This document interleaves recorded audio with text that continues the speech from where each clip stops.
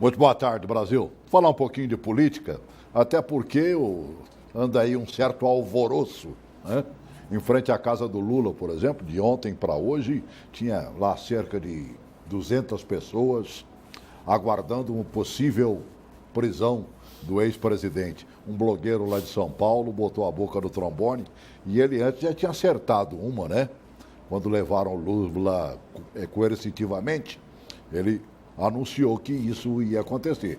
Então, como ele disse que havia a possibilidade do Lula ser preso na manhã de hoje, alguns dos petistas que acompanham o ex-presidente foram lá para frente da casa dele. Aqui em Brasília, nós aguardávamos uma decisão sobre a mesa diretora da Câmara Legislativa, né? Que poderia retornar, foi tirada de lá por uma ordem judicial, apelaram, mas eu acho difícil, a partir do momento em que a Operação Dracon voltou à atividade agora com a Dracon 3, pegando 2 ex-assessores da presidente do terceiro secretário, né? Renato era terceiro, não é isso? Isso. E aí, provando que realmente tiraram o material de lá antes que a Polícia Federal passasse pelo pedaço, meu Deus do céu. É tudo isso e um bocadinho mais. A gente vai tratar desses assuntos. Eu estou contando com a colaboração aqui, por enquanto, de 2 amigos blogueiros de política aqui do Distrito Federal. Um deles é advogado, meu caro Guilherme Pontes. Muito boa tarde. Né? E nas horas vagas, blogueiro de política. Sim. Eu tô achando que você está mais blogueiro do que advogado, não tá não, mano? Ultimamente a produção tem sido bem intensa. É uma cachaça, fala a verdade. Mas também o cenário é muito rico, né? Brasília também dá muita matéria. E também na área que você comanda, que é a área, né, de direito, né? Hoje eu acabei de falar 2 problemas aqui que tem tudo a ver. Sim, política e direito, de fato. Seja bem-vindo ao programa. Muito obrigado, Celso. Né? Também conosco aqui o nosso presidente da Associação dos Blogueiros de Política aqui do Distrito Federal, meu amigo Fred Lima, jornalista. Seja bem-vindo, irmão. Boa tarde, Celso. Obrigado aí, mas é um prazer estar aqui mais uma vez. Você está me devendo uma. Você disse que ia estourar uma bomba no pedaço aí, né? E essa bomba, o passarinho não é o do Odir, não. Esse é um passarinho particular, que me contou que a bomba pode estourar essa semana, é verdade? Eu recebi uma informação, Celso, já tem um mês mais ou menos, que eu falei que o dilúvio ainda nem começou. Quem me passou isso não foi só uma fonte, não, foram várias. Então eu vejo que está chegando a hora, a gente já está escutando o zum, zum, zum. E essa semana, tudo indica que vai ser nessa semana que a bomba vai explodir mesmo, que o dilúvio vai começar. Porque, segundo as fontes que eu peguei, que eu mapeei, eu chequei, elas falaram que o dilúvio ainda nem começou. Ou seja, depois de tudo isso que aconteceu, o que vem por aí, pela frente, é muito pior. E essas pessoas, será que estão sabendo disso? Que estão envolvidas? Porque eu fiquei imaginando, é de perder o sono, né, mano velho? É de perder o sono total, é de tomar remédio antidepressivo e por aí vai, de ir para terapia, porque a gente está num cenário de limpeza. Não só em Brasília, mas no Brasil inteiro. No Brasil inteiro, né? Cenário de limpeza. Então, a gente tem que torcer para que quem é culpado seja condenado e quem é inocente seja absolvido. Talvez seja por isso que rolou essa história aí do ex-presidente Lula ter a possibilidade de ser preso pela Lava Jato. Né? Vamos aproveitar uma matéria da própria TV Justiça, né? Que passou, acho que foi na sexta-feira, falando exatamente sobre isso. Coloque aí os colegas da TV Justiça falando sobre o assunto.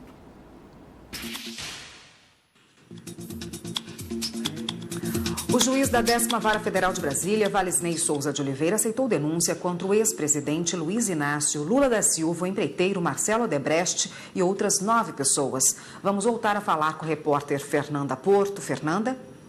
Isso mesmo, Érica. Os envolvidos são acusados dos crimes de corrupção ativa, passiva, lavagem de dinheiro, tráfico de influência e organização criminosa. As investigações da Operação Janus é um desdobramento da operação que investiga irregularidades na Petrobras. Segundo denúncia do Ministério Público, os crimes foram supostamente cometidos entre os anos de 2008 e 2015. A acusação afirma que os crimes de liberação de financiamentos foram usados de de empréstimos foram usados para financiar obras da construtora Odebrecht em Angola. A defesa do ex-presidente voltou a afirmar que ele não tem nenhum envolvimento com os fatos narrados na denúncia. Érica. Fala aí, doutor advogado. É mais uma denúncia oferecida pelo Ministério Público, né? São vários crimes que estão em apuração e o ex-presidente Luiz Inácio Lula da Silva, que não possui mais foro privilegiado, em decorrência disso, está sendo julgado pela primeira instância da Justiça Federal. Ele vai ter o prazo, uma vez citado, de 10 dias para apresentar a resposta da acusação e, posteriormente, vai ser designada a audiência de instrução e julgamento, onde ele vai ser ouvido na condição de réu, né? E, se caso seja condenado, se a pena for superior a 8 anos, vai cumprir pena em regime inicial obrigatoriamente fechado, né? Então... E a somatória, tá fechando, né? Porque né? Essa não é a primeira. Essa não é a primeira. Ainda tem aquele outro processo que... São várias ações, na verdade, né? Verdade. É que nós temos uma questão de competência que decide territorialmente quem é o juiz competente para analisar qual a ação, né? Então, nós temos desdobramentos, são várias operações, são vários inquéritos e várias ações que estão sendo instauradas contra o ex-presidente, né? Daí nós acreditarmos, inclusive, do reflexo político que essas medidas judiciais terão em 2018, porque o Lula seria o pré-candidato em potencial do Partido dos Trabalhadores para 2018, seria aquele que teria, até o presente momento, digamos, o maior capital político, né? Só que existe a possibilidade real de, em decorrência dessas ações na Justiça, ele se tornar inelegível e não poder disputar em nome do Partido dos Trabalhadores a presidência da República em 2018. É onde o pessoal do PT está gritando, dizendo que isso aí seria mais uma ação política do que jurídica. Do que jurídica, o argumento né? deles... Você acredita nisso ou não? Não acredito nisso. Eu conheço, inclusive, o trabalho do Dr. Sérgio Moro, é um juiz extremamente competente, ele foi assessor no Supremo Tribunal Federal durante muitos anos, estudou, inclusive, fora do país. Quem o conhece sabe da sua isenção, da sua imparcialidade. Inclusive, a própria Operação Lava Jato, né, ela não se resume aos políticos do Partido dos Trabalhadores. Existem outros partidos, como o PMDB, por exemplo, né, que estão sendo alvo de investigação por parte dessa operação. Então, não é verdadeira essa acusação de que, na verdade, existiria uma certa atitude tendenciosa em direcionar a investigação única e exclusivamente para políticos do Partido dos Trabalhadores. Você, no teu blog, você colocou Lula na Berlinda, né? Isso. E falou alguma coisa também que em terras brasilienses, né? Isso, foi. Ele estaria sendo... Existem 3 ações, né? O Lula já é réu em 2, não é isso? Sim. 2, agora foi a terceira. O que eu quero chamar a atenção é pela complexidade da Operação Lava Jato. Dentro da Operação da Lava Jato já surgiu outra vertente, que é a Operação Janus, né? Ou seja, o esquema criminoso que se instalou na Petrobras, ele é tão complexo que até outros subgêneros, né, de operações estão surgindo, como a Janus, que investiga, junto com o Marcelo Odebrecht, né, investiga o Lula e o Marcelo Odebrecht e outros indivíduos aí. Então você vê que a Lava Jato ela está quebrando de fato um paradigma na política brasileira de investigação que a gente não sabe se vai ter quantas outras operações vão surgir dela, né? Ou seja, ela é a matriz e vai ter as filiais aí, a Janus, entre aspas, a Janus é uma delas. É uma delas. E eu acho que o Lula, ele está numa situação muito delicada. Esse papo de dizer que o Lula é candidato em 2018, pelo amor de Deus, eu acho que ele tem que primeiro se safar das 3 ações que ele é réu em si, para depois ele pensar nisso. Eu posso ser sincero? Eu acho que não vai dar tempo. Não vai dar tempo. Para mim, o Lula está praticamente fora das disputas em 2018. Até porque essa é a terceira e possivelmente outras aparecerão. Pode aparecer outras. Por exemplo, a Folha de São Paulo vem falando nisso constantemente, né? E ela foi quem botou o dedo na ferida naquela questão do sítio. Do Atibaia, porque, por enquanto, ele só entrou naquela do apartamento lá em Guarujá. Mas tem a do sítio, né? Que a própria Folha mostrou aos borbotões compras e tudo mais que foram feitas e a mando da própria família e ainda estão meio que devagar. Dizem que o que tem de documentos seria uma coisa de maluco. Uma paulada dessa aí você acertaria para valer, não acertaria não, Guilherme? Sim, de fato. E tem uma questão que deve ser levada em consideração. O entendimento do Supremo Tribunal Federal, modificado recentemente, que diz que a partir do momento que existe uma condenação criminal e que essa condenação é confirmada na instância superior, na segunda instância, pelo órgão colegiado, cabe o imediato cumprimento da pena. Né? Ou seja, se eventualmente o ex-presidente Luiz Inácio Lula da Silva for condenado em primeira instância e, recorrendo da condenação, o julgamento da apelação criminal for improvido, né, ele seria imediatamente recolhido ao cárcere. Né? Então, inclusive por conta disso que muitos políticos estão resolvendo abrir mão, né, da carreira política e enveredando por outros caminhos. Porque a justiça realmente ela tem estreitado esse entendimento de que é possível o cumprimento provisório da pena, né, ainda que cabível o recurso, você dá início à pena que foi imposta, realmente tem desmotivado muitos políticos a... Nós quase sempre lembramos do Moro, né? Sim. A quem, né, todo elogio é válido. Virou uma referência. Agora, como referência. Agora, quem é que está botando a mão nessa massa realmente? Além do Moro, para que tudo isso venha à tona? A Procuradoria-Geral da República, no Ministério Público Federal, é quem tem realmente nos muitos desdobramentos dessa ação por todo o território nacional. A gente fala muito de Curitiba, mas tem procedimentos aqui em Brasília, tem procedimentos em São Paulo, procedimentos no Rio de Janeiro, em Recife, fruto da refinaria Abreu e Lima. Né? Então, existem vários desdobramentos que não têm tanto espaço assim na mídia, né? Que não ganham tanta repercussão, porque se fala muito na Lava Jato e menos nos braços da Lava Jato, né? Que estão pipocando em todo o país.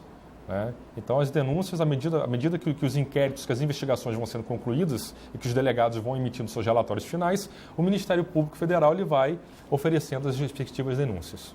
Falar em Lava Jato, sobrou para o Gin também, né? Sobrou para o Gin, isso. O Gin, ele... Gin Argelo, para quem não sabe, que é de fora de Brasília, foi senador da República aqui, né, pelo Distrito Federal, não conseguiu se reeleger, até porque tinha entrado sem voto nenhum também. Ele era o imediato do... Primeiro suplente do Roriz. Do Roriz. Joaquim Domingues Roriz. Ele foi condenado a 19 anos de prisão, né? Parece que é 3 anos, não é isso, Guilherme? 3 anos e meio aproximadamente para que ele possa pleitear a progressão do regime fechado para o semiaberto. 3 anos. É claro que isso vai variar porque ele está atualmente trabalhando dentro do presídio. Né? Tem feito serviço de faxina, etc. E a cada 3 dias trabalhados, se reduz um dia na pena, né? Chamada remissão. Mas hoje a projeção é de aproximadamente 3 anos e meio para que ele possa fazer o pedido de progressão do regime fechado para o semiaberto. Né? Levando em consideração que, além da questão do tempo, é necessário bom comportamento no presídio. Agora... o Gin não é uma mala fechada, bem trancada, que se abrir vai sobrar para muita gente? Vai sobrar para muita gente ali, não tenho dúvidas disso. Primeiro porque ele era um homem de confiança da então ministra-chefe da Casa Civil, que era a Dilma. O Gin, ele bajulava o Nego, que era o labrador da Dilma. Ele tem foto da Dilma e ele carregando o cachorro. Então o Gin, ele é uma bomba atômica. Se abrir, se ele aceitar o acordo de delação premiada, eu acho que até a senhora ex-presidente Dilma Rousseff deve estar tendo noites de insônia aí, porque se o Gin aceitar, provavelmente pode sobrar para muita gente graúda, viu? Não é pouca. Com relação a essa questão da delação premiada do Gin, na verdade, a defesa do senador já peticionou nesse sentido, já provocou o Ministério Público no sentido de que tem interesse sim em ir para a delação premiada. Agora, só não foi homologada ainda a delação premiada, ou seja, ela ainda não está produzindo efeitos. Eu acredito, inclusive, que em decorrência de algumas notícias que surgiram, ela não será. Porque existem alguns requisitos para que a delação premiada ela seja aceita pela Justiça. Dentre elas, que o delator, aquele que pleiteia a delação premiada, abra completamente o jogo e diga tudo que de fato ocorreu. Né? E na delação premiada que foi apresentada, dizem as notícias que vazaram, o ex-senador Gin Argelo teria deixado alguns nomes de fora, que acabaram surgindo posteriormente. Motivo pelo qual existe esse rumor de que provavelmente ela não vai ser aceita. Né? E não sendo aceita, ele vai ter que cumprir a pena integralmente nos termos aqui fixados. Ele perdeu a santa oportunidade. Teria perdido a questão de timing, né? Naquela hora que ele chorou, ele devia ter aberto a boca. Isso, que ele chorou e falou que é honesto, tocado no trombone, que não sabia de nada. Pois é. É um político que o crime, a mensagem que o Gin passa é de que o crime não compensa. Porque você pega aí, é um homem que era o sonho de consumo de qualquer governo. O Gin, ele trabalhou ali nos bastidores incansavelmente, a favor Foi do um governo grande do PT. senador. Cá para A favor nós não dá do para governo tirar. do PT. Brasília e Goiás sabem disso. O que ele trabalhou em benefício de Brasília e de Goiás, a gente não pode tirar esse mérito dele. Agora, atrás desse grande trabalho... Exato, era um trabalho que estava manchado, entendeu? Manchado, e eu vejo que ele, em si, ele nunca foi PT, o Gin nunca foi PT, mas quis exercer esse fisiologismo quando foi senador, ou seja, já no governo Lula, o Gin já bajulava o presidente, já bajulava a ministra-chefe da Casa Civil, que era a Dilma, e já era um homem de confiança. Agora, se ele botasse a boca no trombone agora, sobraria mais na área federal do que local? Ou isso viria a abalar também o meio político ambas, né? Eu acho que ambas. caseiro aqui? Eu acho que caseiro também aqui ia mexer, porque olha só, Federal e Celso, local. a gente está na capital do país. Brasília é a capital do país. O poder federal está aqui do lado. Então você vê por aí, o Estádio Nacional, por exemplo, os escândalos que tem aí sobre o Estádio Nacional, que está sendo até investigado também, né, em si, já entrou também já no rol da Lava Jato. São empreiteiras da Lava Jato que participaram da reforma, entre aspas, né? Está mais para a reconstrução do Estádio Nacional. Quanto mais mexe, mais, como diz Mais lá aparece. na matéria, mais fede, né? É impressionante, né? A gente esperava, por exemplo, vamos pegar um pouquinho ainda de Brasília, né? Uma semana decisiva aí para Celina e Liliane Roringe. Parece que a situação, principalmente da Celina, agora se complicou. Com essa ação hoje do Ministério Público aqui do Distrito Federal e Territórios, deflagrando nessa manhã a terceira etapa da Operação Dracon, apurando o esquema de cobrança de propina para aprovação de uma emenda parlamentar destinada a pagamento de empresa na área de saúde. O que é pior ainda, UTI. Não é fácil. Aí estão pegando 2 cidadãos que serviam, um a Celina e outro ao Bispo Renato como terceiro secretário. E levaram, né? Levaram o Sandro Vieira e o Alexandre Braga Cerqueira. Parece que o Alexandre foi pego 2 dias antes daquela ação da polícia, tirando coisas de dentro da Câmara, e o que servia a Celina, o Sandro, um dia antes. O que não se tinha a prova, parece que apareceram as provas. Você me citou até que o Metrópolis hoje traz. O portal Metrópolis hoje Metrópolis traz... é um site que você deve visitar sempre. Ele traz as imagens em si, né, lá da câmera que filmou, ele saindo com todo o material. Agora, o que eu acho engraçado, Celso, é a cara de pau de alguns políticos aqui de Brasília que dizem que a gente não sabe, eu não sabia que ele estava saindo com material. Pelo amor de Deus, gente. O eleitor não é bobo, o brasiliense não é bobo. Se a pessoa trabalhava no gabinete ali dos 2 parlamentares, como o parlamentar não ia saber? E vem cá, por que faltando só um dia esse material saiu dos gabinetes? Por quê? Era papel velho? Não, eu não caio nessa. Nesse conto de fadas aí, Papel velho tem aquela maquininha que você joga ali e ela vai triturando isso aí tudo. Eu não caio nessa. Exato. Você não precisa sair de lá de dentro. Esse jogo político é complexo por demais, né? A polícia está investigando o que de fato ocorreu e se essas pessoas estavam agindo por conta própria ou amando dos seus respectivos deputados, né? Nós tivemos uma situação na administração regional aqui em Brasília em que a população cansada com os buracos das vias públicas resolveu tapar os buracos e aí uma administradora regional foi exonerada pelo governador porque teria mandado prender, na verdade, um servidor da respectiva administração é que teria ido por conta própria até a delegacia de polícia da área, registrar um boletim de ocorrência noticiando o fato e isso repercutiu nas redes sociais, na grande mídia e acabou ensejando na exoneração da administradora, mas a administradora não tinha determinado que ele assim o fizesse, né?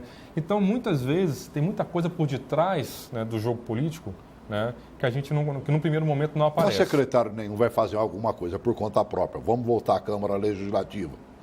Se eu sou um secretário de Dona Celina ou do Bispo Renato, né, ou seja lá de quem for o parlamentar, peraí. É necessário saber se ele efetivamente era da Celina, porque existem muitos servidores também que estão nomeados nos gabinetes e que, na verdade, essa nomeação é fruto de certos acordos políticos que são realizados. Você nomeia o fulano de tal no seu gabinete. Para mim, vale o que está escrito. Ah, sim, é. Para fins de diário oficial na Câmara Legislativa, né? Se ela institucionou lá né, colocou o cidadão como um funcionário dela e mandou trabalhar para outro, aí é problema sexual dela. O Sandro era já um funcionário já de trânsito na casa há muito tempo. Ele era assessor da ex-deputada Euridice Brito. Então já era já uma pessoa muito conhecida no meio. Inclusive traiu o deputado ele já Euridice vem Brito. de favas contadas. Já né? vinha. O histórico dele não é favorável, inclusive da subsistência à minha tese, porque ele já teve problema com a ex-deputada de citar o Euridice Brito, entendeu? E agora aparece novamente com problema com a deputada Celina Leão. Mas, de toda sorte, eu queria só frisar 2 pontos, se me permitisse. Primeira, essa conduta, ela enseja claramente, nos termos do Código de Processo Penal, artigo 312, 313, a possibilidade de decretação da prisão preventiva dessas pessoas, por conveniência da instrução. Porque se essas pessoas estão atrapalhando diretamente no procedimento de investigação da prática ou não desses crimes, inclusive sumindo com provas, com evidências, o cárcere é uma medida que poderia se impor. Segundo, Isso aconteceu no tempo do Arruda. Isso aconteceu no tempo do Arruda, com aquele bilhete encaminhado lá para tentar, supostamente, coagir uma testemunha, o jornalista Edson Sombra, e ele acabou, ainda que governador, com foro privilegiado, tendo a prisão preventiva decretada pelo STJ. O mesmo poderia ocorrer com esses parlamentares. Esses parlamentares foram afastados cautelarmente, estão tentando reverter essa situação e, por força dessa notícia que foi divulgada hoje, eu acredito que isso vai ter um impacto negativo no julgamento que vai ocorrer amanhã pelo Conselho Especial do Tribunal de Justiça. Foi isso que eu disse hoje, Guilherme, lá. Eu fiz a semana decisiva para Lula, Celina e Liliane, e que eles estão no limbo. Ou seja, a Liliane, por exemplo, a gente não pode esquecer da matéria da Isto É na sexta-feira.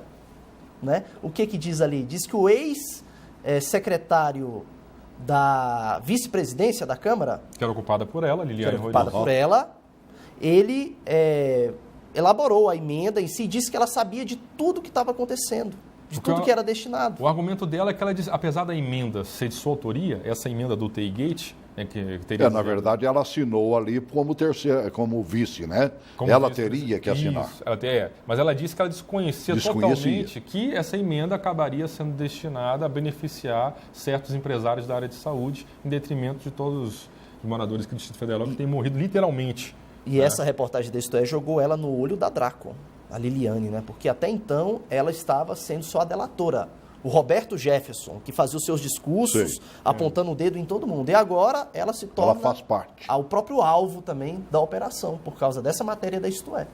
Então a gente tá assim, se correr o bicho pega, se ficar o bicho come, para todos eles, entendeu? Sinceramente, onde é que a gente vai chegar, Fred? Eu acho que a gente vai chegar, Celso, ou numa purificação geral da política, uma reforma política após isso, ou a gente vai chegar numa descrença tão grande, não só do brasiliense, mas do brasileiro, na política, que foi como a gente disse aqui nos bastidores, é arriscado até nomes desconhecidos vencerem a eleição. Essa descrença já se refletiu nas urnas, já se refletiu. No primeiro turno das eleições municipais, essa descrença já se consubstanciou. Agora, eu acredito numa generalização, numa nacionalização do chamado efeito Dória, novos nomes talvez com um perfil mais gestor, mais técnico, que não simplesmente político, que assumam o poder daqui para frente. Eu acho que o eleitorado vai acabar... Só que no caso da presidência da República, por exemplo, isso é um perigo. Por quê? Porque a partir do momento que você coloca um técnico lá, no atual sistema, o técnico vai ter que fazer política. Político eterno. De jogo político eterno, de joguinhos. Então, ou seja, não vai dar, vai ter que ter uma reforma política, eu acredito, para sanar esses problemas, essa relação do Congresso com o Executivo, em si com a presidência da República, essa barganha, para acabar com isso, para que aí sim surja um nome técnico que venha assumir. Porque se ele assumir nesse atual sistema... A gente vê o quanto é difícil governar, Vamos pegar um pouquinho agora na área federal. Há quanto tempo você está mostrando que o governo, no seu todo, no seu tripé, deveria fazer economia e, acima de tudo, não fazer gastos maiores? Estar limitado, por exemplo, à inflação e nada mais. Rapaz, eles não conseguem chegar a lugar nenhum. Acabaram de aprovar em primeiro turno na Câmara, vem um segundo turno agora para a semana que vem, que está previsto, mas já tem gente botando a boca no trombone, dizendo que é inconstitucional e tudo mais. Isso provocou, inclusive, a ida do ministro da Fazenda ao Supremo para conversar com a presidente, para tentar ver se desmistifica essa história, É uma matéria, eu acho que de quinta, sexta-feira, mas vale a pena a gente rever, né? Para ver o que aconteceu neste encontro da presidente do Supremo com o ministro da Fazenda, que está aí fazendo das tripas coração para poder colocar o Brasil nos trilhos. Coloque aí, por favor. O governo alega que a medida é necessária para equilibrar as contas públicas e superar a crise econômica. A proposta foi aprovada em primeiro turno na Câmara dos Deputados na última segunda-feira por uma grande margem de votos. Mas, apesar da vitória, a PEC vem recebendo críticas. Nesta quinta-feira, o Ministério Público Federal e outras 27 instituições assinaram uma nota pública contra a proposta. Segundo eles, a PEC afetará direitos básicos como saúde e educação. O Ministério Público também alega que a proposta fere a autonomia dos poderes e seria inconstitucional. Mas o governo quer derrubar essa tese. O ministro da Fazenda, Henrique Meirelles, se reúne com os ministros do Supremo Tribunal Federal, Carmen Lúcia e Gilmar Mendes, para falar sobre a PEC. Ele disse que a proposta não vai interferir na autonomia entre os poderes. Não estabelece nada específico para um determinado poder que seja diferente dos demais e também não dá nenhuma possibilidade de interferência em um poder em outro. Garantia a tranquilidade, primeiro, da necessidade dessa emenda constitucional e da garantia de respeito à autonomia do Poder Judiciário. Após o encontro, Meirelles também comentou a lei de repatriação, que está sendo discutida na Câmara. Estamos aguardando com serenidade, seja a aprovação de uma nova lei, de um novo formato. Se por alguma razão isso não for possível, a lei atual cumpre também as suas finalidades, apesar que, evidentemente, é sempre passível de aperfeiçoamento. Mais do que nunca, isso cai em cima daquilo que você disse, Fred, né? Se você coloca um gestor realmente para poder administrar uma nação, ele vai ter problema nesse sistema político que nós vivemos. O Meirelles está sendo exatamente o gestor que nós queríamos. Exato, é o fisiologismo. Mas está apanhando de todo mundo, mano, velho. Exato. Se você... essa PEC aí dos gastos, ela é impopular. Isso aí todo mundo já sabe disso. Só que ela é necessária. Mas é impopular para quem? Só que ela é necessária. Você está ganhando a mesma coisa que você ganhava 3 meses atrás, 6 meses atrás? Nunca. O Guilherme? Eu tenho certeza que não. Nunca. Nós estamos apertando o cinto, mano, velho. Exato. Por que o governo não vai apertar o cinto? Aquilo que o governo do PT tinha que ter feito em 2013, que era apertar os cintos, lá para 2012, bem lá para o meio. O primeiro ministro da Fazenda que assumiu no segundo mandato de Dilma falou exatamente o que o Meirelles está fazendo agora. Joaquim Levy. Só que ela não ouviu. Ela não ouviu nem os setores do PT mais radicais, que queriam que, na verdade, pisar ainda no acelerador, gastar, fazer aquela política fracassada, o desenvolvimentismo, que é o Estado intervindo na economia, intervindo em vários setores estratégicos, isso que eles queriam. E aí o Joaquim Levy não aguentou a pressão, saiu. E agora o Meirelles está querendo fazer, e aí que está o vício do Congresso.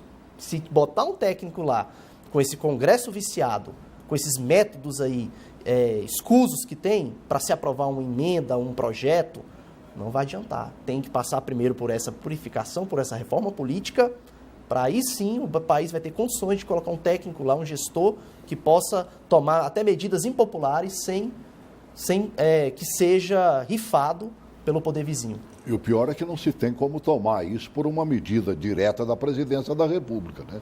Não. Ela tem que passar pelo Congresso Nacional. Tem que passar pelo Congresso Nacional, teve uma primeira vitória. Segunda vez agora pela Câmara, vai para o Senado. Depois vai para o Senado, mas também mais 2 turnos. Agora, já estão querendo judicializar a questão, né? Eu achei isso interessantíssimo, né? Porque o Executivo vai até o Congresso Nacional conversar com o Legislativo para poder reforçar a importância de uma medida que, na verdade, é pública e notória. É necessário para que possa resgatar a saúde financeira, a credibilidade do nosso país, atrair novos investimentos, fazer a máquina andar, né? Já prevendo que a questão vai ser judicializada e questionada no Supremo Tribunal Federal, o ministro se antecipa, vai ao Supremo Tribunal Federal para despachar com a presidente do Supremo e falar, olha, é constitucional sim, entendeu? Não foi nem provocado ainda, nem entraram, mas eu sei que vão entrar. Vão entrar com a ação, então ele já se adianta. Aí a ministra, presidente do Supremo Tribunal Federal já se manifesta sobre uma matéria que vai ser objeto de julgamento. entendeu? Eu estou levantando essas questões porque, se vocês vejam, né, porque normalmente os ministros eles despacham com os advogados, entendeu? E não com os membros os representantes políticos. Segundo, um ministro ele não pode se manifestar sobre uma matéria que sequer lhe foi apresentada, porque não foi provocada ainda, ninguém entrou com ação questionando a constitucionalidade, entendeu? Porque, na verdade, nem aprovado foi. Então, eles poderiam questionar nesse momento o quê? O procedimento que está sendo adotado, né, na aprovação dessa PEC. Se tiver alguma falha de procedimento, aí você entra no Supremo Tribunal Federal. Mas se ela sequer foi aprovada ainda... Então, nós temos várias questões aí questionáveis e temerárias. Mas quando a gente vê o governo, pelo menos, tentando agir, né? E o Temer tem tentado fazer isso. Essa jogada agora ela é benéfica para o Brasil, pelo menos eu acredito. E essas saídas dele lá para fora, né? Foi lá conversar com o pessoal do BRICS, agora vai para o Japão. Está buscando investimentos. Está tentando achar o espaço do Brasil novamente, que nós perdemos completamente. Você sabe o que eu acho? O Brasil ficou apaixonado pelos países aqui vizinhos e ficou naquele de um namoro à esquerda, aqui com as nações, principalmente na parte norte aqui do país, e nós esquecemos de fazer o bom comércio funcionar. E funcionava antes. Os próprios parceiros do BRICS, por exemplo, foram abandonados por nós. Mercosul, tirando Bolívia, Colômbia, Venezuela ali, ó, eles esqueceram. Adeus Paraguai, adeus Argentina, Uruguai, Chile e tudo mais. Você sabe o que eu vejo, Celso? Eu vejo que o governo Temer, na área econômica, como você falou, e na área de política externa, ele está fazendo o papel correto. Ele está correto. Agora, o problema do governo Temer é na área política. Por quê? Porque o fisiologismo continua. O ministério do Temer é semi-parlamentarista. Tem deputado lá que é filho de ministro, que está assumindo ministério, que tem ministério. Então, isso permanece, infelizmente. Mas a gente vê que na parte econômica, esse saneamento das contas públicas que eles estão querendo fazer devido ao rombo que o PT deixou, isso está correto. Na política externa também, tirar esses países aí que eles não vêm somar no Brasil, poxa, você deve se lembrar, em 2006 o Brasil ficou na posição que Napoleão perdeu a guerra para a Bolívia, por causa da... Meu amigo, que é aquilo? Por causa da refinaria. A gente entregou de graça. Os caras ordenaram e nós cumprimos. A gente entregou nos tomaram a Petrobras lá dentro. Meu Deus. E você sabe qual era o argumento do Lula? O argumento do Lula era assim, ó, o argumento do Lula. Nós não podemos agir como agia antigamente, são nossos irmãos. Muito amigo ele. Né? Agora, a grande verdade é o seguinte, quem presta atenção no que já vai acontecendo no atual governo, percebe que já há melhora. A CNI refez algumas contas, né? E na questão do produto interno bruto, já mostrou que há diferença. Pouquinha, mas melhor pouco do que nada, não é mesmo? Coloque esses números aí da Confederação Nacional de Indústria.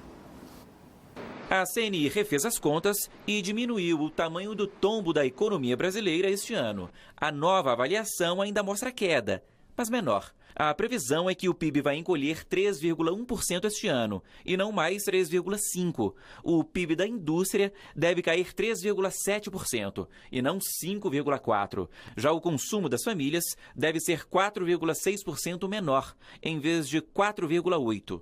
A mudança nas previsões da CNI leva em conta dois aspectos: o aumento da confiança de empresários e consumidores e o fim do processo de impeachment. Assim mesmo, isso não garante que a recuperação da economia está em marcha. O ritmo da queda é que diminuiu. Para a indústria, o quadro é de uma lenta recuperação a partir do começo do ano que vem. Afinal, o aumento dessa confiança é resultado da melhora das expectativas e não das condições de negócio. O PIB da indústria encolhe há 3 anos. Não há ainda uma tendência clara de melhora. O que aparece que está acontecendo é apenas um ritmo menor de queda. Algumas vezes você vê alguns dados positivos, mas logo em seguida eles são seguidos de dados mais negativos. Não dá para apontar que há uma tendência de crescimento. O que dá para apontar é que o ritmo mais agudo da queda da atividade dos últimos meses, isso parece ter se interrompido. Já é uma diferença, não é? Claro, parou de cair do jeito que estava caindo. Né? A tendência era só ir aumentando, né, Mano Velho? A tendência era só ao invés de cair de 3,5 para 3,1, a gente esperava que pulasse para 4, 5, como vinha acontecendo. Claro. Também não tem como esperar que, com poucos meses de governo, a questão não é um passe de mágica. Ó, fazer assim, a economia do país vai se recuperar. Isso é uma questão de gestão, foi o que o Fred falou. Bastou aplicar a gestão, ouvir um pouquinho mais o ministro da Fazenda, que sabe tudo e mais um bocadinho, e sabe mesmo. Sabe mesmo. E ele não veio com nenhum milagre, ele não está fazendo nada mais, nada menos do que outros ministros da Fazenda disseram que tinha que ser feito e não fizeram. Agora, tem que pensar na reativação do trabalho, do emprego no Brasil, né? Deram uma tacada boa essa semana, né? Um novo Simples Nacional, né? Dando a possibilidade de que as empresas, média, pequena empresa e tudo mais, que estão endividadas junto ao fisco principalmente, né? Tenham condições de botar sua vida em dia, porque elas foram massacradas durante os governos anteriores. Foram. Arrebentaram com a pequena empresa, principalmente. E ela é a grande salvadora da pátria em termos de emprego. A maioria dos empregos brasileiros nasce da média e da pequena empresa. Não é essas que eles apoiaram aí, não. Linha Branca, montadora de carro. Esse povo aí, como eles não querem nem saber, né? Não está funcionando rua. Está precisando, chama de novo. Eles não têm amor à causa, não, como tem o pequeno e médio empresários que como chora mais do que o empregado que foi mandado embora. Eles foram os grandes prejudicados com a carga tributária excessiva, a morosidade da máquina, procedimentos que não andam, enfim. Eles sentem mais a pancada. É diferente das grandes montadoras, como você citou, e outros mega empresários que têm uma capacidade de absorção desse impacto, né, da crise geral muito maior do que o pequeno. O pequeno simplesmente fecha as portas e quebra. Entendeu? E aí manda todo mundo embora. Você sabe o que eu vejo? A economia brasileira, ela parece aquela pessoa que se afogou, que tirou, mas olha só, ela continua na água, mas já deu a mão para essa pessoa já saiu, já respirou. Deu a primeira respirada, né? Ele deu já a primeira respirada. Ou seja, ela ainda continua na água, tem que tirar ela da água, ela tem que se recuperar ainda, mas eu já vejo, já é um primeiro sinal isso aí, os dados que foram mostrados agora. Uhum. É o primeiro sinal que foi dado, entendeu? Que ela já está em um processo assim que pode se recuperar, né? Que ela ainda não se recuperou, mas ela pode se recuperar. E que a política mostra também que os investidores já estavam enxergando a política do PT como um fracasso absoluto. Né? Até porque essa é a terceira e possivelmente outras aparecerão. Pode aparecer outras. Por exemplo, a Folha de São Paulo vem falando nisso constantemente, né? E ela foi quem botou o dedo na ferida naquela questão do sítio. Do Atibaia, porque por enquanto ele só entrou naquela do apartamento lá em Guarujá. Mas tem a do sítio, né? Que a própria Folha mostrou aos borbotões compras e tudo mais que foram feitas.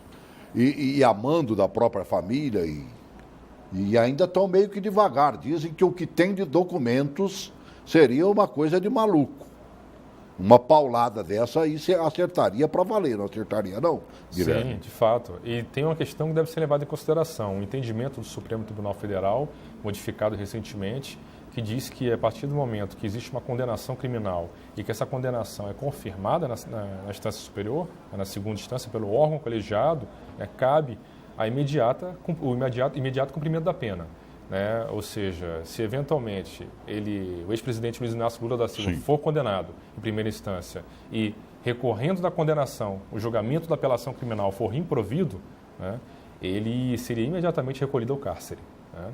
Então, inclusive por conta disso que muitos políticos estão resolvendo abrir mão, né, da carreira política e enveredando por outros caminhos. Porque a justiça realmente ela tem estreitado esse entendimento de que é possível o cumprimento provisório da pena, né, ainda que cabível o recurso, você dá início à pena que foi imposta, realmente tem desmotivado muitos políticos a Nós quase sempre lembramos do Moro, né? Sim. A quem todo elogio é válido. Virou uma referência. Agora, como referência. Agora, quem é que está botando a mão nessa massa realmente? Além do Moro, para que tudo isso venha à tona? A Procuradoria-Geral da República, no Ministério Público Federal, é quem tem realmente nos muitos desdobramentos dessa ação por todo o território nacional. A gente fala muito de Curitiba, mas tem procedimentos aqui em Brasília, tem procedimentos em São Paulo, procedimentos no Rio de Janeiro, em Recife, fruto da refinaria Abreu e Lima. Né? Então, existem vários desdobramentos que não têm tanto espaço assim na mídia, né? Que não ganham tanta repercussão, porque se fala muito na Lava Jato e menos nos braços da Lava Jato, né? Que estão pipocando em todo o país. Né? Então, as denúncias, à medida que os inquéritos, que as investigações vão sendo concluídas e que os delegados vão emitindo seus relatórios finais, o Ministério Público Federal ele vai oferecendo as respectivas denúncias. Falar em Lava Jato, sobrou para o Gin também, né? Sobrou para o Gin, isso. O Gin, ele... Gin Argelo, para quem não sabe, que é de fora de Brasília, foi senador da República aqui, né, pelo Distrito Federal, não conseguiu se reeleger, até porque tinha entrado sem voto nenhum também. Ele era o imediato do... Primeiro suplente do Roriz. Do Roriz. Joaquim Domingues Roriz. Ele foi condenado a 19 anos de prisão, né? Parece que é 3 anos, não é isso, Guilherme? 3 anos e meio aproximadamente para que ele possa pleitear a progressão do regime fechado para o semiaberto. 3 anos. É claro que isso vai variar porque ele está atualmente trabalhando dentro do presídio. Né? Tem feito serviço de faxina, etc. E a cada 3 dias trabalhados, se reduz um dia na pena, né? Chamada remissão. Mas hoje a projeção é de aproximadamente 3 anos e meio para que ele possa fazer o pedido de progressão do regime fechado para o semiaberto. Né? Levando em consideração que, além da questão do tempo, é necessário bom comportamento no presídio. Agora o Gin não é uma mala fechada, bem trancada, que se abrir vai sobrar para muita gente? Vai sobrar para muita gente ali, não tenho dúvidas disso. Primeiro porque ele era um homem de confiança da então ministra-chefe da Casa Civil, que era a Dilma. O Gin, ele bajulava o Nego, que era o labrador da Dilma. Ele tem foto da Dilma e ele carregando o cachorro. Então o Gin, ele é uma bomba atômica. Se abrir, se ele aceitar o acordo de delação premiada, eu acho que até a senhora ex-presidente Dilma Rousseff deve estar tendo noites de insônia aí, porque se o Gin aceitar, provavelmente pode sobrar para muita gente graúda, viu? Não é pouca. Com relação a essa questão da delação premiada do Gin, na verdade, a defesa do senador já peticionou nesse sentido, já provocou o Ministério Público no sentido de que tem interesse sim em ir para a delação premiada. Agora, só não foi homologada ainda a delação premiada, ou seja, ela ainda não está produzindo efeitos. Eu acredito, inclusive, que em decorrência de algumas notícias que surgiram, ela não será. Porque existem alguns requisitos para que a delação premiada ela seja aceita pela Justiça. Dentre elas, que o delator, aquele que pleiteia a delação premiada, abra completamente o jogo e diga tudo que de fato ocorreu. Né? E na delação premiada que foi apresentada, dizem as notícias que vazaram, o ex-senador Gin Argelo teria deixado alguns nomes de fora, que acabaram surgindo posteriormente. Motivo pelo qual existe esse rumor de que provavelmente ela não vai ser aceita. Né? E não sendo aceita, ele vai ter que cumprir a pena integralmente nos termos que fixada. Ele perdeu a santa oportunidade. Teria perdido a questão de timing, né? Naquela hora que ele chorou, ele devia ter aberto a boca. Isso, que ele chorou e falou que é honesto, tocado no trombone. Que não sabia de nada. Pois é. É um político que o crime, a mensagem que o Gin passa é de que o crime não compensa. Porque você pega aí, é um homem que era o sonho de consumo de qualquer governo. O Gin, ele trabalhou ali nos bastidores incansavelmente a favor do governo do PT. Foi um grande senador. Cá para nós não dá para tirar. Brasília e Goiás sabem disso. O que ele trabalhou em benefício de Brasília e de Goiás, a gente não pode tirar esse mérito dele. Agora, atrás desse grande trabalho... Exato, era um trabalho que estava manchado, entendeu? Manchado, e eu vejo que ele, em si, ele nunca foi PT. O Gin nunca foi PT. Mas quis exercer esse fisiologismo quando foi senador. Ou seja, já no governo Lula, o Gin já bajulava o presidente, já bajulava a ministra-chefe da Casa Civil, que era a Dilma, e já era um homem de confiança. Agora, se ele botasse a boca no trombone agora, sobraria mais na área federal do que local? Ou isso viria a abalar também o meio político? Ambas, né? Eu acho que ambas. Caseiro aqui. Eu acho que caseiro também aqui ia mexer, porque olha só, Celso, a gente está na capital do país. Brasília é a capital do país. O poder federal está aqui do lado. Então você vê por aí, o Estádio Nacional, por exemplo, os escândalos que tem aí sobre o Estádio Nacional, que está sendo até investigado também, né, em si, já entrou também já no rol da Lava Jato. Nós temos que visualizar o Brasil. A gente fala muito em desempregados, são muitos, 12 milhões de desempregados. Mas a gente não fala de outras coisas. Por exemplo, o IBGE acabou de fazer agora um belíssimo trabalho, onde ele aponta que 18 milhões de pessoas 18 milhões de brasileiros que estão na idade de trabalho e estão fora do mercado. Mostra também que muitos que estão trabalhando só abaixo de 40 horas semanais gostariam de trabalhar mais. Então, nós temos que aproveitar essa força de trabalhadores brasileiros. Eu acho importante a gente visualizar esses números do IBGE e que os governos visualizem e busquem ocupação para todo mundo. Coloque aí, por favor. Quase 5 milhões de brasileiros trabalham menos de 40 horas por semana. Estariam dispostos a trabalhar mais tempo e não conseguem. Esse dado passou a ser medido pela taxa de desocupação por insuficiência de horas, divulgado hoje pelo IBGE. O meu regime é 12 por 36. Sábado, domingo, feriado não tem, é direto. 12 horas, 36 descansados. Se aparecesse uma outra oportunidade, sim, mas eu verificaria, sim, a possibilidade de não prejudicar um em detrimento de outro. O Instituto também apresentou a taxa de força de trabalho potencial, formada por pessoas que gostariam de trabalhar, mas não procuraram trabalho, ou até procuraram, mas não estavam disponíveis naquele momento. O grupo, classificado como fora da força de trabalho, soma 6,2 milhões de pessoas. Para este economista, o dado é especialmente importante, já que inclui os chamados desalentados, que funcionam como termômetro do mercado de trabalho. Os desalentos são as pessoas que deixaram de procurar emprego porque tiveram muita dificuldade de encontrar, procuraram, ficaram desalentados, falando, olha, realmente a situação no mercado de trabalho está muito ruim, então eu vou preferir não procurar emprego. Estou disponível, mas eu não vou procurar emprego. Os dois indicadores, somados à taxa de desocupação, que reúne brasileiros que procuram trabalho, mas não têm sucesso, e somam 11,6 milhões de pessoas, formam a taxa de subutilização da força de trabalho no mercado brasileiro, que chegou a 20,9% no segundo trimestre de 2016, quase 23 milhões de trabalhadores. De acordo com o IBGE, os novos indicadores, que serão divulgados trimestralmente a partir de agora, são recomendados pela Organização Internacional do Trabalho e permitem um diagnóstico mais claro da situação do mercado no país. O que o IBGE está divulgando hoje através da PNAD contínua é um indicador que te dá uma visão clara, né, do que está acontecendo, qual é a parte do mercado que está sendo hoje subutilizada. O Brasil tem que sair da poça d'água que você disse aí, ó, e dar a primeira respirada. E essa primeira respirada passa por esses 20 milhões de brasileiros aí que estão naquela de não conseguir um primeiro emprego ou simplesmente está desempregado. Você lembra daquele projeto do Lula, do primeiro mandato, chamado Projeto Meu Primeiro Emprego? Me lembro. Aquele projeto foi um fracasso e foi arquivado em fevereiro de 2006.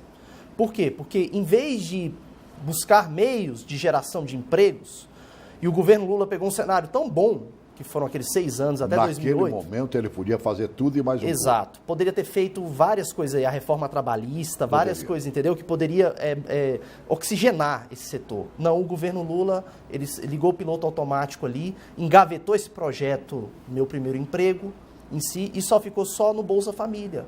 Não que o Bolsa Família é errado, eu sou completamente a favor, mas tem que ter uma porta de saída. O primeiro emprego seria, inclusive, bom para quem está no Bolsa Família. Exato, seria isso. Então já é uma bola de neve. Olha, a gente teve 10 milhões de desempregados na era FHC e agora a gente está com entre 12 a 13 milhões. Só que na era FHC a gente teve várias crises internacionais que impactaram negativamente o país. Agora não, agora a gente teve um problema de uma crise chamada Dilma Rousseff, chamada PT.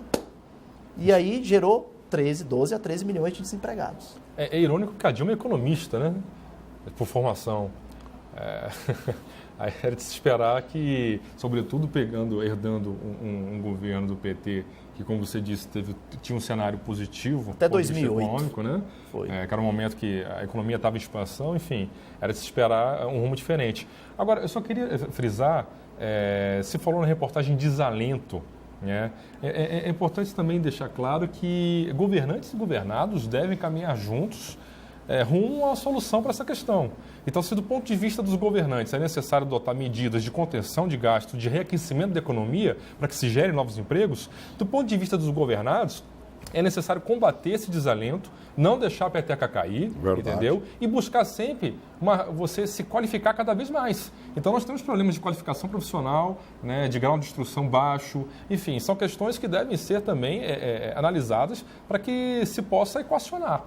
essa situação. Por isso é que a gente está vendo os nossos governos, em cada estado brasileiro, nós aqui no Distrito Federal, trabalhando num vermelho triste, né?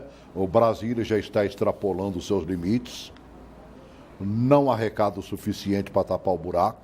O governador acabou de dizer aos seus funcionários de que a promessa feita há um ano atrás, de que dariam de respectivo aumento nesse momento, não vai acontecer mais. Prometeu que não podia. E nem pediu desculpa para o pessoal, pelo menos deveria ter feito isso. E não sou só eu que estou dizendo, o Doyle, que fez parte do seu governo, disse que foi um dos pecados que ele cometeu agora. Que a primeira coisa que ele deveria chegar e dizer, olha, não dei conta do recado, me desculpem, pelo amor de Deus. Olha, eu acho que o governador cometeu 3 erros aí seguidos, viu, Guilherme? Primeiro foi aquele do decreto, entre aspas, da mordaça, né? Em si, que se os funcionários fossem entrar em greve, do Cerrado. Ou seja, um dia antes ele publicou um decreto desse, que poderia punir os funcionários que entrassem em greve. O segundo foi a questão das viagens, das famosas viagens aí fora, na qual o secretário, que é até meu amigo, o Jaime Recena, secretário de Turismo, viajou em si para Las Vegas, né, para ver aquela corrida de avião. Corrida de avião, que não, para ver se trazia para Brasília, ou seja, Brasília não tem tradição. Red Bull Air Race é o nome, é uma corrida de avião. Já não chega essa que acabaram com o nosso autódromo, não, mano, velho? Pois é. Entendeu? É que está lá caindo aos pedaços, pedindo a Deus para aparecer uma empresa que aceite, né, o autódromo para poder tomar conta e ver se aquilo ali continua funcionando. E olha que isso faz parte da nossa rotina, né? O brasiliense sempre foi chegado em corridas de automóveis, essas coisas mais. Agora, de avião é uma coisa muito elitizada, muito assim, um nicho específico e que não atende o interesse da população. O que isso traz de benfeitoria se ele é secretário adjunto de turismo? Né? Eu questiono. O que a participação do secretário adjunto de turismo do Distrito Federal, entendeu, poderia ser... Eu não sei qual é a relevância da participação dele nesse evento para o Distrito Federal. O que ele poderia trazer de benéfico para a população, entendeu? É um discurso incoerente. Prioridades. O teu blog, por exemplo, fala, da gastança que voltou a acontecer em administrações regionais, patrocinando shows aí, pagando altos cachês. Com cachês de R$80 mil, R$100 mil, entendeu? Quando você tem, por exemplo, os combustíveis das viaturas do SAMU no Distrito Federal, as viaturas estão paradas sem combustível. Né? Nós tivemos uma pessoa que faleceu em Planaltina porque não tinha. Não tinha. Se propuseram a pagar o combustível e disseram que não podiam receber. Não podia. Aqui no hospital de base teve uma pessoa que faleceu também porque a máquina estava quebrada. A máquina precisava fazer exame, entendeu? Agora você gastar R$80, R$100 mil de pagamento de cachês para artistas, entendeu? Era uma farra que tinha acabado e que voltou agora. Qual é a saída para a gente arrematar? Para essa gastança? Vergonha na cara. É o que está faltando. É o que está faltando. Meio quilo seria suficiente. Ou mais, dependendo da pessoa. Não, acho que meio quilo, porque para quem não tem nenhuma... Ah, sim, para quem não tem nada, entendeu? Meio quilo já está bom tamanho. Seria mais do que suficiente. Vergonha na cara. Respeitar a população, entendeu? Porque não tem como você gastar R$80, R$100 mil de pagamento de caixa. Nada contra festas. Né? Nós começamos falando de uma possível bomba que vai explodir agora. Essa bomba viria para nos ajudar nesse momento, Fred? Eu acredito que sim. Olha, pegaria quem nessa história? Olha, eu acho que vai pegar quase todo mundo.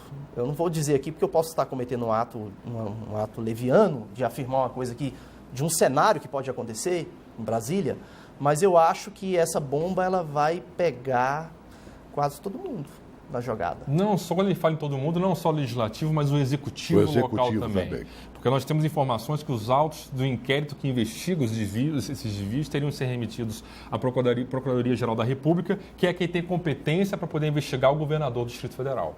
Então, eu acredito, sim, que a coisa vai respingar no executivo local. Também. Inclusive, tem uns áudios da Marli, da presidente do Sindsaúde, que ainda está em andamento, né? O inquérito ainda está em andamento na Justiça. O que eu vejo, Celso, o que falta é coerência. A partir do momento que você chega na TV, fala que não tem dinheiro para pagar o funcionalismo, pagar ninguém, e aí a gente vê esses gastos desnecessários correndo. Mas é pouquinho o gasto, mas é gasto desnecessário. De gota em gota. É gasto. A gente transborda. Falta coerência. Né? Nós estamos vendo aí, voltando às gastanças para patrocinar showzinho e coisa que o valha, não que a população não mereça, Mas faça coisa, a população não está pedindo esses negócios, não. Se você for olhar o número de meia dúzia de gato pingado que foi lá participar de cada show desse aí, não passa de meia dúzia de gato pingado. Existe pesquisa nesse sentido, que a população está preocupada com saúde, com educação, com segurança, entendeu? A festa, ela está em segundo plano. E a verdade é o seguinte, cada vez mais a cidade vai no contraponto de tudo isso. Nós que vivemos aí com mais de 50% da população servindo aos governos, e boa parte dessa população servindo ao GDF, e agora sem aumento e sem mais nada, já está numa penúria danada. Um dos nossos jornais hoje falou, por exemplo, que Brasília está com o maior número de devedores, né? Enquanto a média no Brasil é de abaixo de 60%, nós estamos 70 e poucos por cento. É brincadeira. Amanhã, no programa de amanhã, nós vamos falar exatamente da situação do funcionário público aqui do Distrito Federal. Eu vou receber meus amigos do Sindireta e possivelmente de mais algum, né, grupo ligado a eles, para a gente tratar deste assunto. É um assunto que merece ser tratado e vamos fazer isso, doa quem doer. Grande abraço.